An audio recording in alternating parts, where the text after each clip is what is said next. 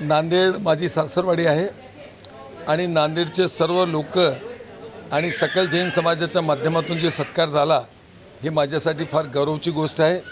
आणि या सत्कार समारोहामध्ये माझे सर्व प्रेम करणारे आणि या नांदेड जिल्ह्याचे राजकीय पक्षाचे सर्व प्रमुख उपस्थित होते।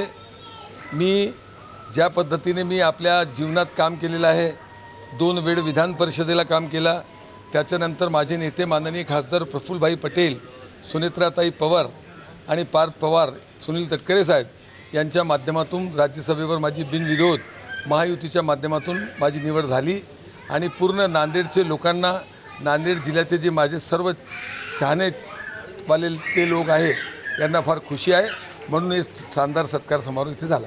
ऑपरेशन टायगरला घेऊन शिवसेनेचे आपल्या उद्धव ठाकरेचे 6 खासदार शिंदे सेनेमध्ये दाखल होणार आहेत आणि शरद पवार गटाचे देखील फुटण्याचे चान्सेस आहेत राष्ट्रवादीकडे। हे आजचा विषय नाही आणि याच्याबद्दल बोलणं मला वाजिब वाटत नाही, म्हणून याबद्दल मी काही प्रतिक्रिया देत नाही। सोशल मीडियावरती चर्चा अशी सुरू आहे की अजितदादांच्या राष्ट्रवादीसोबत राष्ट्रवादीच्या संपर्कामध्ये हे राष्ट्रवादीचे शरद पवार गटाचे खासदार आहेत अशी चर्चा। अशी चर्चा कोणती माझ्याकडे नाही आणि हे जे तुम्ही म्हणतात याच्याबद्दल काही मला माहिती नाही, म्हणून याच्याबद्दल काही बोलणं बरोबर नाही। सकल जैन समाजाच्या वतीने काही मागण्या संदर्भामध्ये तुमच्याकडे? सकल जैन समाजाचे, आमच्या सर्व सकल जैन समाज एक चांगल्या पद्धतीने काम करतात आणि आमच्या सत्य, अहिंसा, समाजसेवा हे ध्येय आहे।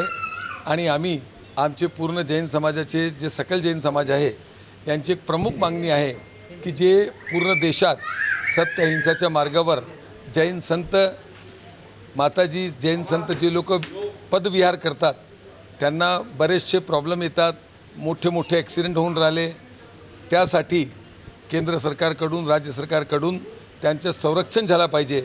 आणि जे सत्य अहिंसाच्या मार्गावर देशात एक चांगल्या पद्धतीने, चांगल्या भावनाने जे काम करत आहे, त्याग तपस्याची जी मूर्ती आहे, यांना हे संरक्षण मिळावा यासाठी मी आदरणीय देशाचे गृहमंत्री माननीय अमित शाह साहेब यांना भेटणार आणि एक निवेदन देणार आहोत। आपके साथ एक ही बात शेयर करना चाहता हूँ कि मैं तो साइकिल के पैडल पे विश्वास रखता हूँ। साइकिल का पैडल अगर नीचे जाता है तो ऊपर आते हैं। साइकिल के पैडल पे विश्वास रखो, बस।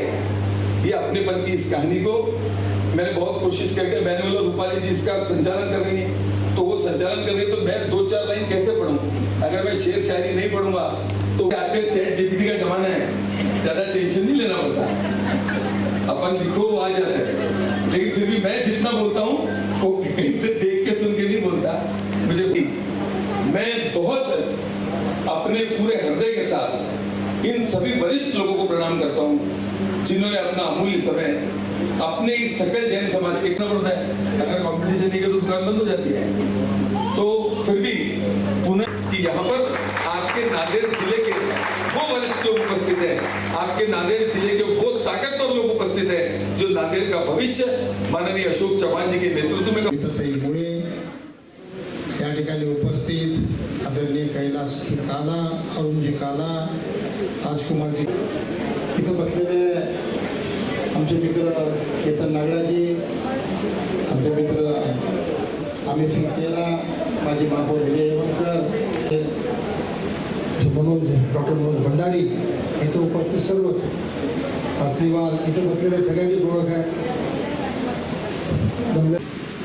और कल इस वक्त जिनके हाथ में आमदारकी का सर्टिफिकेट होगा वो हमारे अमरनाथ जी राजूर तक मंच पर विराजमान काला परिवार के नागड़ा जी, अशोक भाई शाह, गुजराती समाज के विजय भाई कासलीवाल, संतोष मोड़े, विजय येवणकर, माजी सभापति हमारे